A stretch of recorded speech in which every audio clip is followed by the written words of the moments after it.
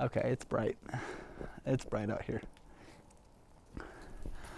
What's up, guys? Tegan here. Thank you so much for tuning into my astrophotography channel today.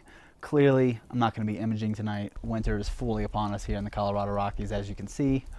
The sky might look clear now, but there's forecasts of snow in the mix tonight. So I want to bring this inside and show you guys my complete workflow in PixInsight of some narrowband data, HANO3 data that I collected a couple weeks ago on Lot 15 is the central nebular structure in the Heart Nebula.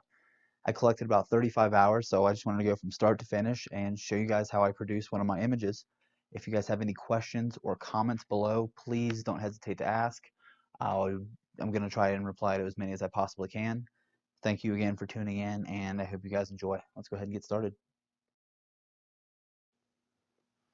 All right, so I have my two data sets here, HA here on the left and O3 on the right. Oh, so before we start, I should probably state that this isn't necessarily going to be a tutorial video as much as it's going to be I'm going to show you what my workflow is. If you're familiar with PixInsight, you'll know what I'm doing video. I have other videos on deconvolution and all the processes that I will be doing on this individually throughout my YouTube channel. So yeah, you can check those out as well. But this is just going to be my workflow from start to finish.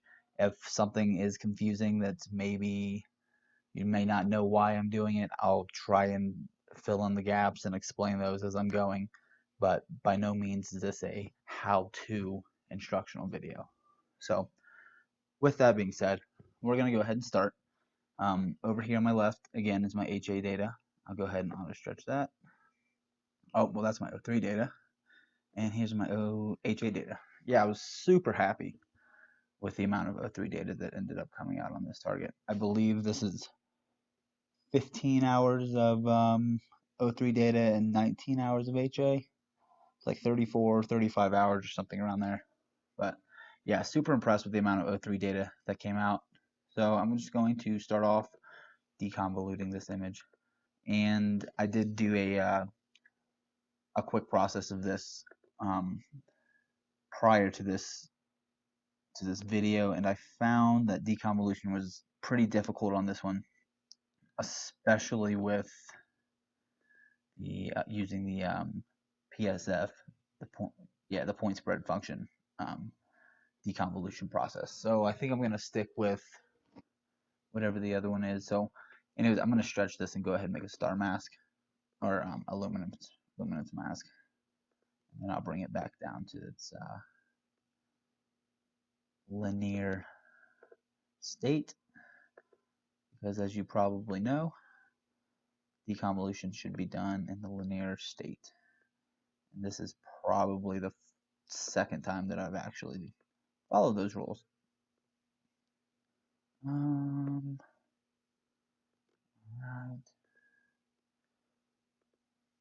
You know what? I'm actually going to use a range selection here to just accentuate those areas that I want to deconvolute, specifically this spire structure down here.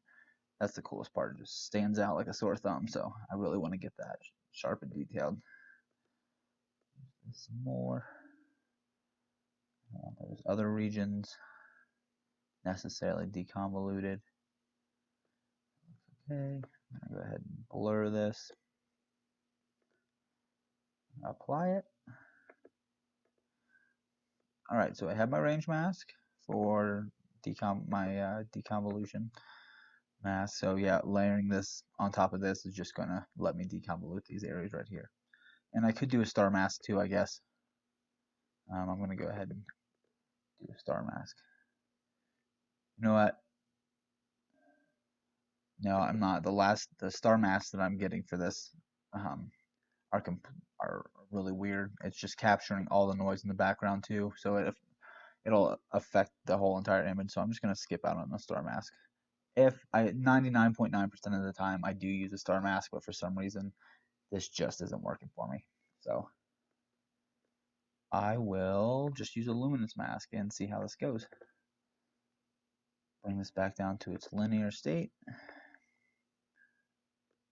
overlay that. All this red's not going to be affected, and these black areas should be, and especially these stars, so I'm going to do some de-ringing. Apply de-ringing to my deconvolution process. Alright, so mask, show mask. Oh, I want to auto stretch it so we can see what we're doing, and make a couple previews. There. Not sure how much this is actually gonna stick out or deconvolute because these are the dark areas. It might not touch it too much, but we'll see. So I will start with preview 1, and I'm going to run a deconvolution process on this. Parametric PSF was the one that has been working. External PSF is giving me those weird warming artifacts. So I like to start off at standard deviation like 3.0 and start with 30 iterations, I'd say. Go ahead and apply this. Yeah, so it's running pretty quickly. I'm not going to pause you guys. Alright, and toggle back and forth. So I forgot to click the ringing. And I usually set my global dark to 0.1 on the heavy side, which is rare, so maybe 0.2. I'm gonna go with 0.2. And if I had a star mask, I'd use that right here as my local de-ringing support, but I don't this time, so let's see if this helps.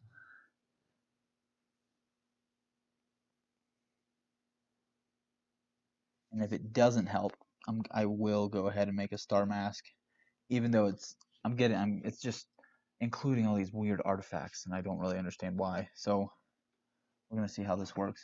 All right, definitely. I'm getting those wormy artifacts again. It's always. I'm not running too many iterations. Doesn't necessarily make sense to me. Maybe lower, decrease the global dark 0.001, 0.005, and let's go ahead and try that again. I found that decreasing or increasing the global dark actually affects it a lot, so you don't have to do much to it. And if I'm getting a couple more rings around my stars, I'll probably increase it to 0.008. Okay, I'm not seeing any stars, no ringing. And I am getting this. It is crisping up a little bit. Still a little wormy with the artifacts, but not too bad. I'll go ahead and apply this. Like I said, it's probably not going to touch this region much at all, so that won't be a huge deal. Just checking this. I'm not going to worry about it. So this is going to take a while, so I'm going to go ahead and pause you guys. See you on the other side.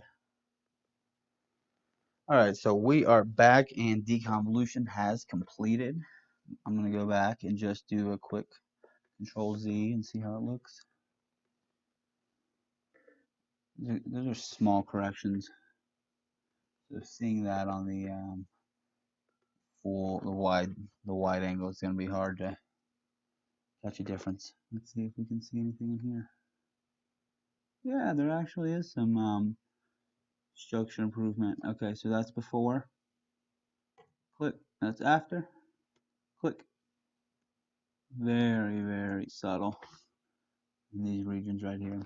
Anyways, I'm pretty happy with it. I'm going to go ahead and leave that alone. And cancel this. I'm going to keep my mask, and I'm actually going to do some HDR multi-scale transform and bring up the dynamic range in this area a little bit. Go ahead with 6 and apply it. This usually doesn't take too long, and you can't apply this to the previews. It messes with the algorithm, and you'll get different results. So from here to here, I am getting some ringing artifacts, you can see, but definitely increases the detail. And here's my mask to show you guys. This is the only bit of areas that's being affected right now. So de-ringing and apply again, see if this changes anything. If not, I think I have to adjust the large scale structure under the de-ringing option. We'll see. I can't check now because it's loading, but It does make it a little bit brighter, and I'm not seeing any ring or ringing around the stars. I would like it almost to go in the opposite direction, be a little bit darker. I could do dark structure enhance later, and that would help a little bit. But I'm hoping that lowering this large scale number will help with that. All right. Okay, it definitely jumps out, but there is just a tad bit of ringing. And if they're darker, if the rings are darker, that makes my O3 rings that I'm getting brighter. So you got, I'm kind of thinking it in advance that way. Let's go back up to 25. I'm gonna change the number of layers. Like I said, this is kind of definitely not. I'm not trying to confuse you guys with all these changes, but I'm just flipping variables and seeing really what works best. So before, after, before, after, before, after. Let's try the lighter. See what the difference is.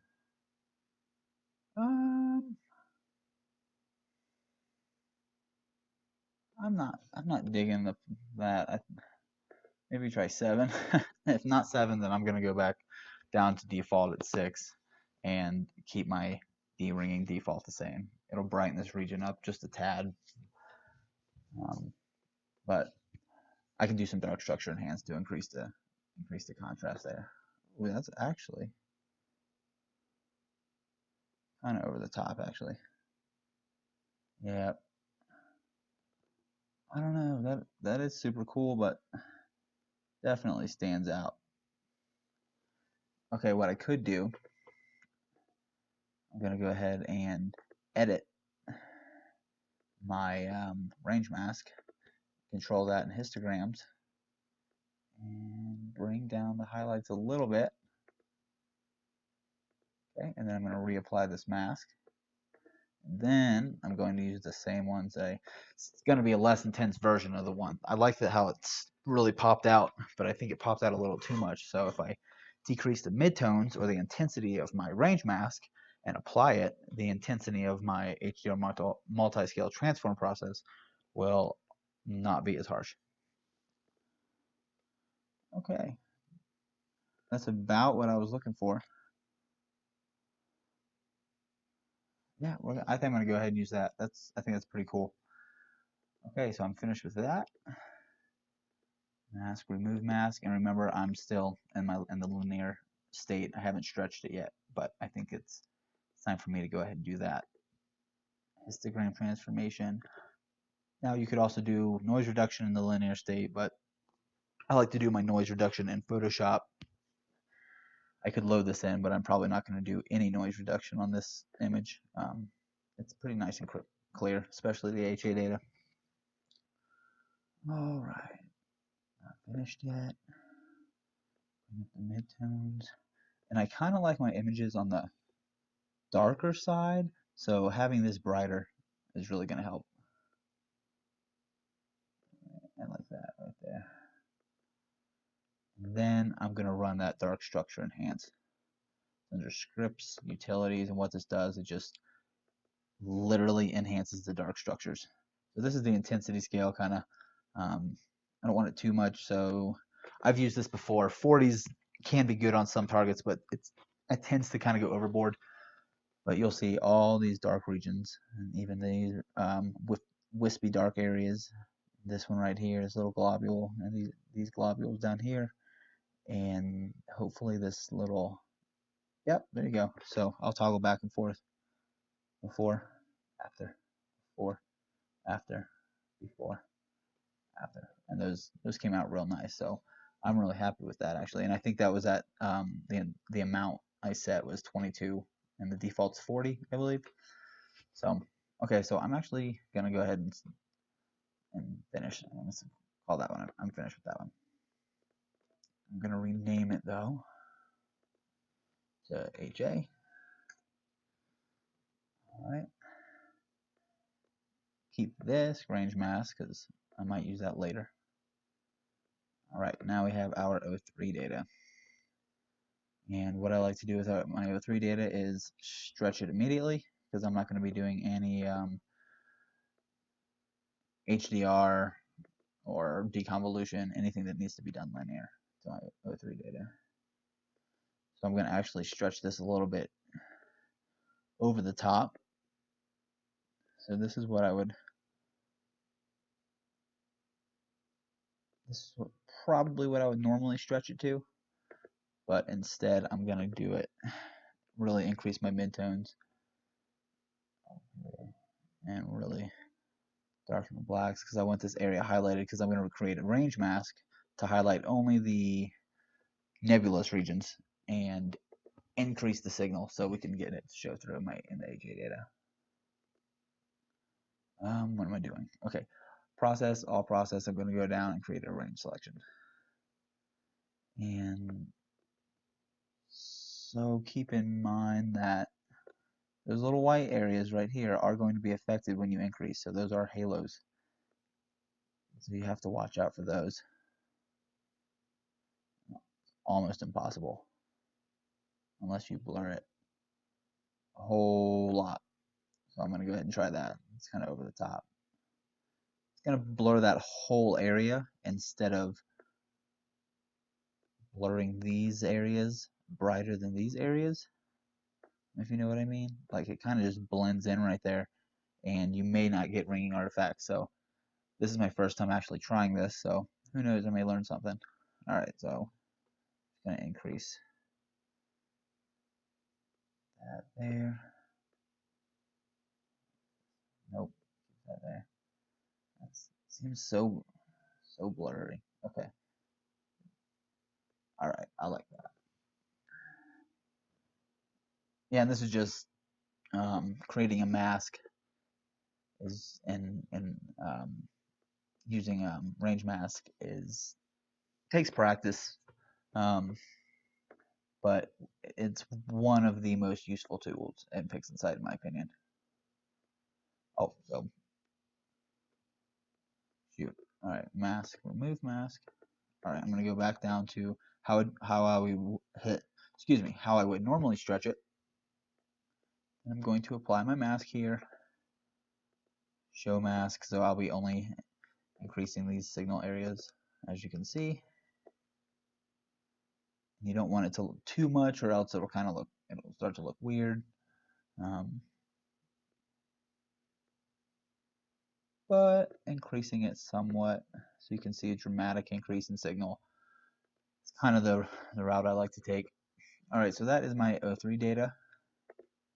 I'm going to remove mask. All right, I'm done with my O3 data for now, and now I'm just going to go to Pixel Math and Combine. And I know a couple people that do this differently, but mine's pretty simple. And this is the most popular method I found. So for my red channel, I'm going to go ahead and include HA. For blue, nice long name for my O3 channel, because I forgot to rename that. And for green, synthetic channel, I'm going to do a combination of both. I'm going to do HA times 0.4 parentheses plus another set of parentheses, and within it, it's going to say your O3 data times tilde. Don't ask me what that means. 0.4. I found 0.4, and 0.4 is good for the orange and blue colors. So yeah, these numbers are just kind of weighting the colors, and the green, and if you want to get like a yellowish green image, you're going to go for the closer numbers to 1.0, and then down by 0.1, 0.2, you'll get the reds and blues. So just play with those numbers. It's actually a lot of fun. And there's even more combinations when you have an SI or S2 data, software data. It's just an extra variable in which you can adjust. All right, go down to destination, call this new image bicolor. Make sure it's set RGB. And apply. All right, I think that actually looks pretty nice. My O3 data is really starting to show here, which is pretty cool. I should have cropped this image, honestly, but that's okay. what I am going to do is flip it because I can't stand looking at it like this anymore. Sorry if that's been annoying you. It's been annoying me too, but I just was going to wait till now to do it. So, vertical mirror? Nope. Rotate 180 degrees. There we go. Okay, so this image right here is not going to be my final image. This is just my color image. I'm going to overlay my luminance data. That's why I did deconvolution and HDR multi-scale transform to my HA data. I wanted to make it as smooth and as crisp and as good looking as possible because that's what I'm going to overlay onto this image to get my final detailed image. I'm just going to be focusing on color right now, and I'm actually going to go use curves for this. Now you can just upload, you can save this image, upload it into Photoshop, adjust your color there, upload it back into PixInsight, and apply your HA data as luminance data, and then load it back into Photoshop to do color correction, which is actually what I usually do, but for time's sake, I'm just going to go ahead and use curve transformation and edit my color in here. So preview, I'm always going to increase the saturation a tad. I'm pretty sure I'm going to get blue halos around this one. Damn. So hard not to, especially when you're seeing as crap. Maybe shorter subs, integrating like 30-second subs to maybe average out those lighter areas around the star. Who knows? I might try that in my next photo. It's really frustrating, actually. All right. Increase my reds. Let's see. All right, maybe my greens. I kind of like I don't like that. Kind of like a darker blue, orangey tone to my images rather than that green. Depends on the image actually, but for this one, I'm going to go for the bright orange or vibrant orange and blues.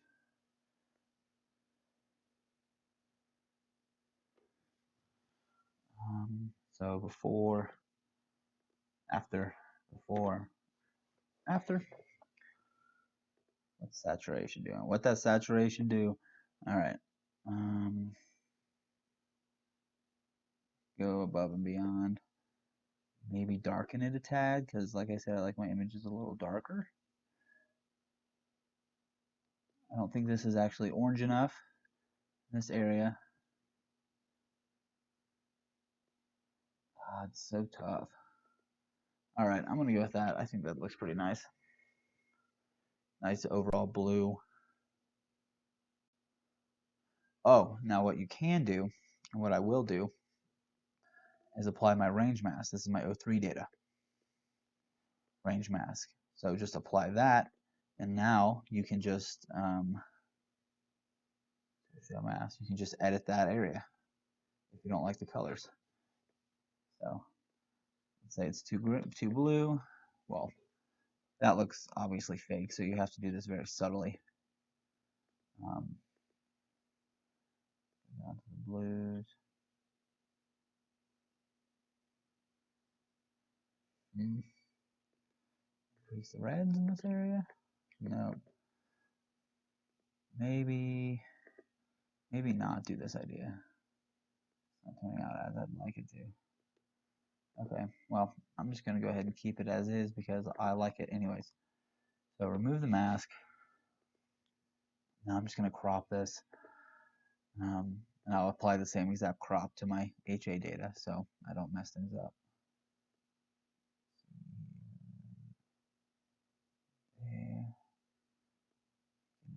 All as possible. Okay, and all right. So I'll move this there and apply this crop. And then I'm going to go to my HA data and apply the same crop. All right. Get that around there. All right. Pixel mask done. Dynamic crop done. Process 1. Crop. I'm just going to keep that in case. All right, so we have what our color image will be, and now I'm going to go ahead. You can either do noise reduction to reduce all the noise before you add on your HA data. I just like to go to process, convolution, just blur the entire image. There's not too much noise, so I'm just going to go to default settings. It just gives it a softer tone. Not all the noise is gone, but you can see here, shift, oh, there, original, blurred, original, blurred, very subtle. And I don't know if you guys will be able to tell via the computer screen, but it works. So,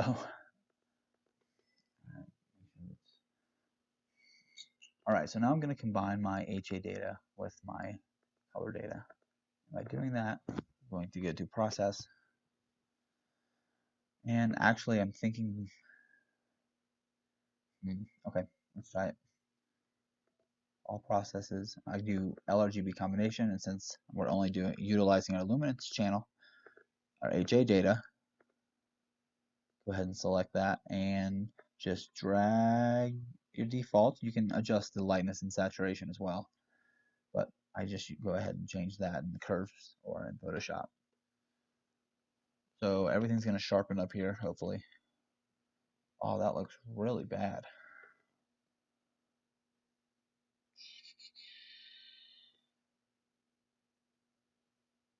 Oh, you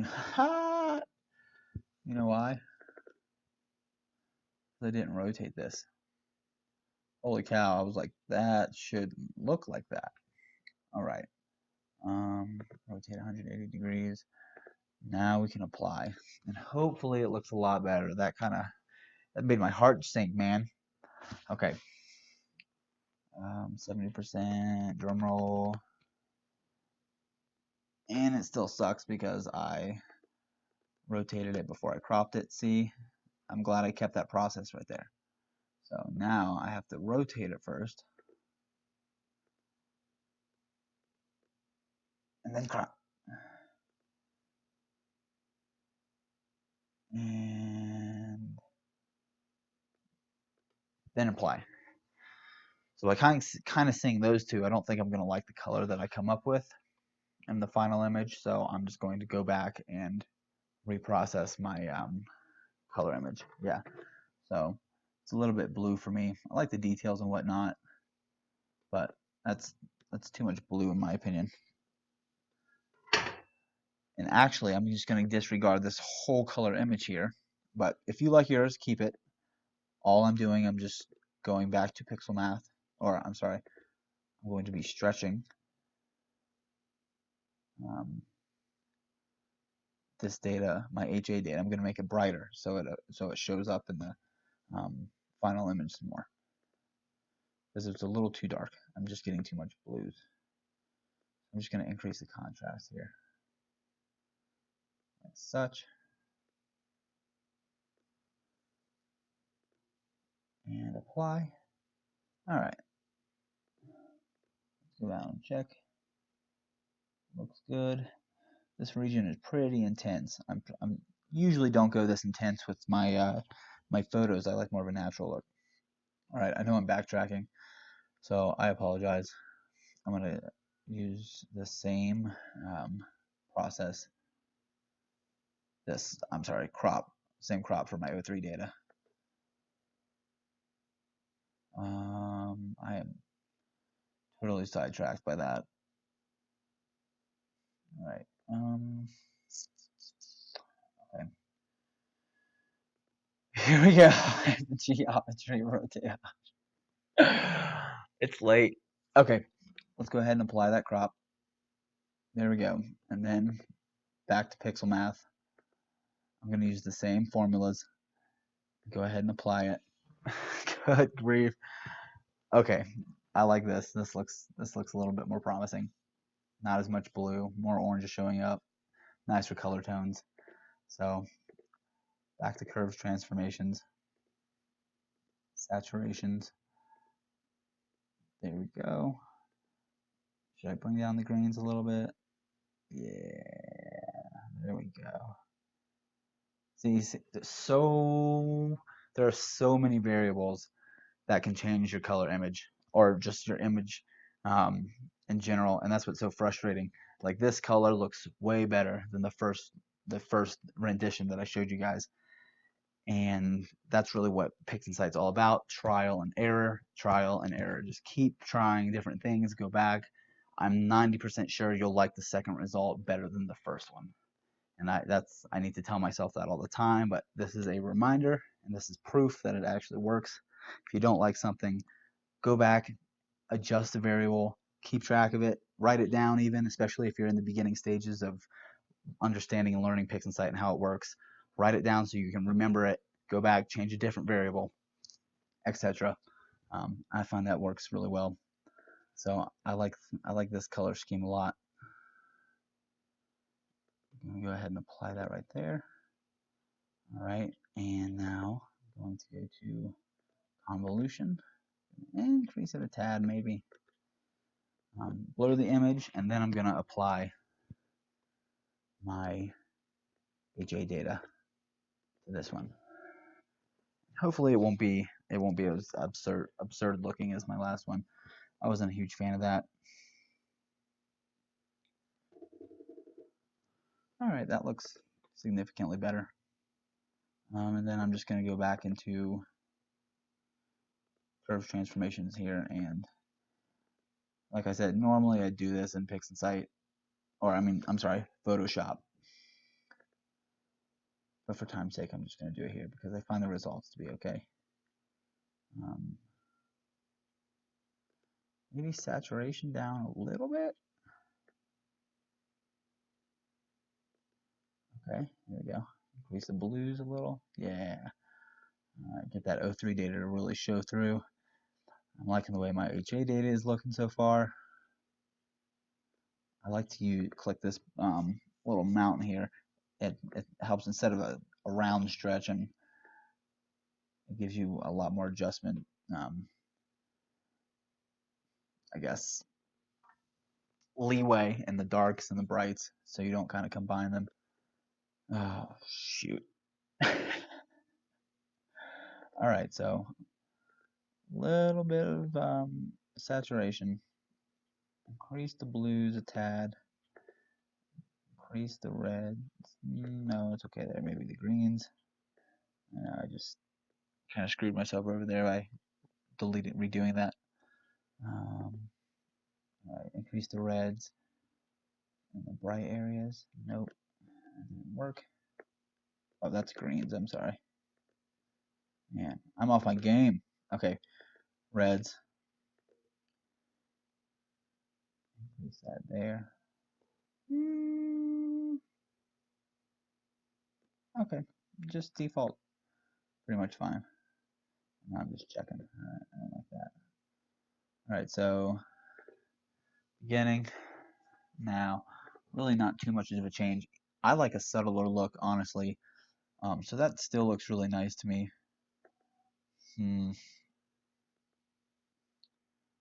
I do like this also.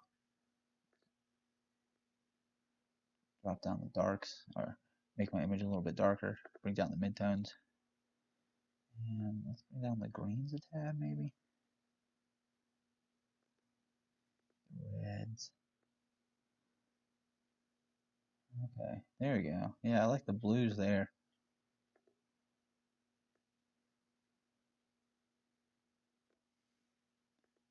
From there to there. Yeah, it pretty much looks like I just sharpened or saturated everything and then kind of darkened it.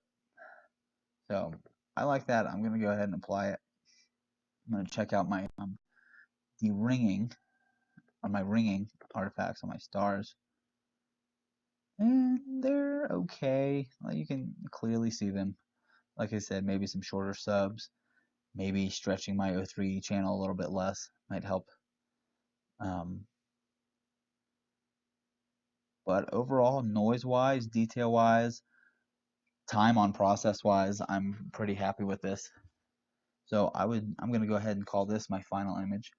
Get a copyright down there. But so yeah, I really really want to emphasize that trial and error, especially in PixInsight, is crucial. Just write things down. Like I said, if you have to, remind yourself of your workflow, adjust it a little bit, scratch out things that didn't work, circle things that did work. That's what I did the first 4 months, I should say, that I had this until I really became familiar with the software. So I'm really happy with this edit. And like I said, if you guys have any questions, please comment below. If I missed anything, if I didn't explain anything, if something was confusing, which I'm sure 80% of this video probably was, let me know. I'll get to I'll go ahead and reply and we can figure it out.